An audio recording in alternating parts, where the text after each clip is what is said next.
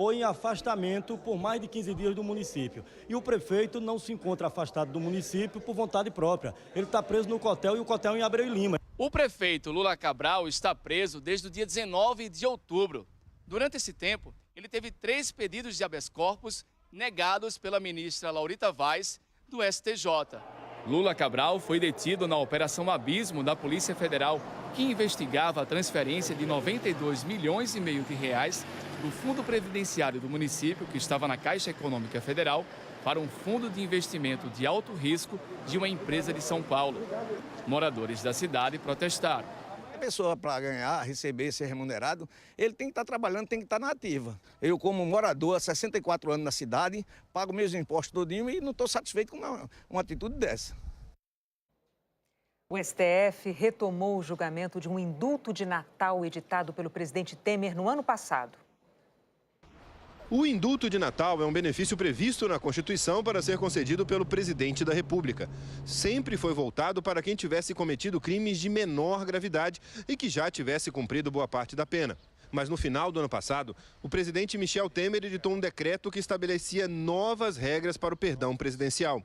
De acordo com o decreto de Temer, o indulto poderia ser concedido a quem tivesse cumprido apenas 1/5 da pena. Além disso, acabou com o limite de pena para a concessão de indulto. Com isso, o presidente abriu caminho para o perdão ser concedido em casos de crimes de corrupção e lavagem de dinheiro.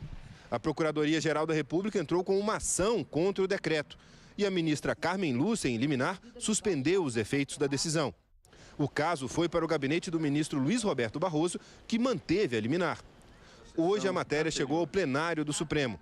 O relator do caso, o ministro Barroso, votou contra o decreto editado pelo presidente Temer. Segundo Barroso, só pode ser beneficiado pelo perdão quem cumpriu 1/3 da pena e não tiver sido condenado a mais de 8 anos. Além disso, para Barroso, quem tiver cometido crimes de colarinho branco, como corrupção e lavagem de dinheiro, também não pode receber o perdão. No momento em que as instituições e a sociedade brasileira travam uma batalha ingente contra a corrupção e crimes correlatos, este decreto presidencial esvazia o esforço da sociedade e das instituições, onde delegados, procuradores, juízes corajosos enfrentam essas diferentes modalidades de crime organizado, inclusive a do colarinho branco. E o decreto cria um facilitário sem precedentes para os condenados a esses crimes, com o direito a indulto, com o direito a apenas o cumprimento de 1/5 da pena e sem limite máximo de condenação. Na avaliação do ministro, a corrupção deveria ser considerada um crime violento. Corrupção mata. Mata na fila do SUS, mata na falta de leitos, mata na falta de medicamentos, mata nas estradas que não têm manutenção adequada.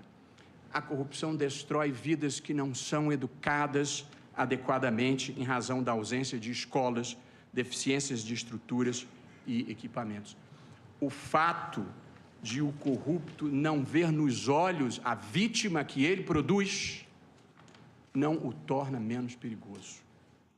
A crença de que a corrupção não é um crime grave e violento e de que os corruptos não são perigosos, nos trouxe até aqui, a esse quadro sombrio em que recessão, corrupção e criminalidade elevadíssima nos atrasam na história e nos retêm como um país de renda média que não consegue furar o cerco. Em seguida, o ministro Alexandre de Moraes votou para manter o decreto de indulto editado em 2017 pelo presidente Temer, por considerar que a Constituição atribui ao presidente o poder de estipular as regras do perdão de pena. Alexandre de Moraes afirmou ainda que, mesmo que não se concorde com o teor, não cabe ao Supremo entrar no mérito das regras, porque estaria legislando sobre o indulto. Entendo que não compete ao Supremo Tribunal Federal, ao Poder Judiciário, reescrever o decreto de indulto, pois ou o presidente da República extrapolou o exercício de sua competência constitucional e o Supremo então declara inconstitucional, é a função, ou o presidente, mesmo não concordando mesmo que o Supremo não concorde com a opção, o presidente atendeu às exigências constitucionais e não podemos, nós, Poder Judiciário, substituir uma opção válida por outra, que nos parece melhor, mais técnica ou mais justa. O julgamento foi interrompido depois do voto do ministro Alexandre de Moraes e será retomado amanhã. O placar está em 1-1 e ainda faltam os votos de 9 ministros. Um levantamento da Força-Tarefa da Operação Lava Jato no Paraná mostra que se a tese a favor do indulto for vitoriosa e o decreto for reeditado neste ano com as mesmas regras de 2017, até 22 condenados da Lava Jato podem ter penas perdoadas.